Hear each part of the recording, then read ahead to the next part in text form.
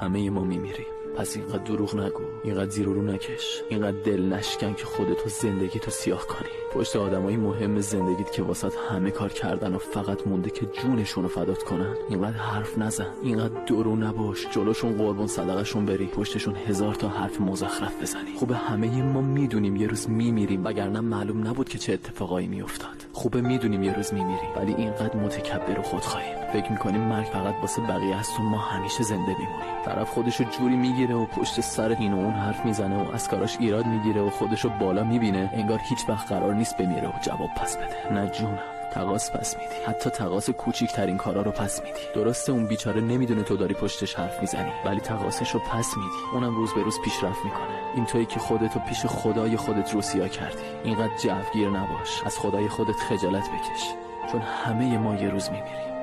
همین.